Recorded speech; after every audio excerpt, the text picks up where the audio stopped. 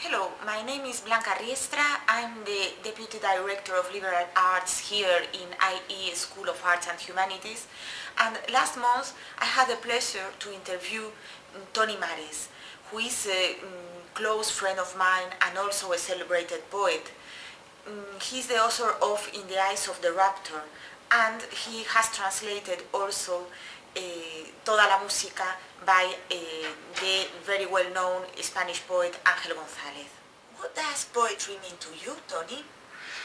Blanca, for me, poetry means an engagement with the self and with the world. And I think it's very important that both sides of that equation be present in the work of a poet. I don't believe in poetry that is ultra-personal, ultra-intimate, and disengaged with the world.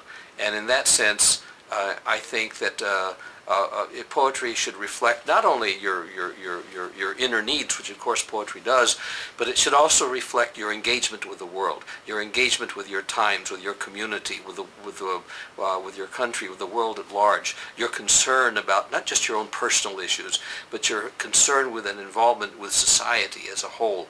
Because whether we want to admit it to ourselves or not, we are part of a whole. And I think poetry tries to bring that whole together again in an aesthetic form, of course, as an artistic form. How did your friendship with Ángel González change you? Well, I don't know if my friendship with Ángel González changed me as much as the encounter with him and the friendship with him for many years gave me a beautiful space in my life that will always be there. Ángel was the kind of person we call in New Mexico buena gente. He was a wonderful poet, of course, an excellent poet, but he was also a wonderful human being. And he united those two factors very well within himself and within his own work. And in that sense, Ángel was indeed a model for me.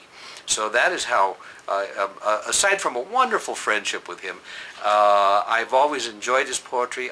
I have one book of translation of his work, Casi Toda la Música, almost all the music, which fortunately we were able to present to him a few months before he died.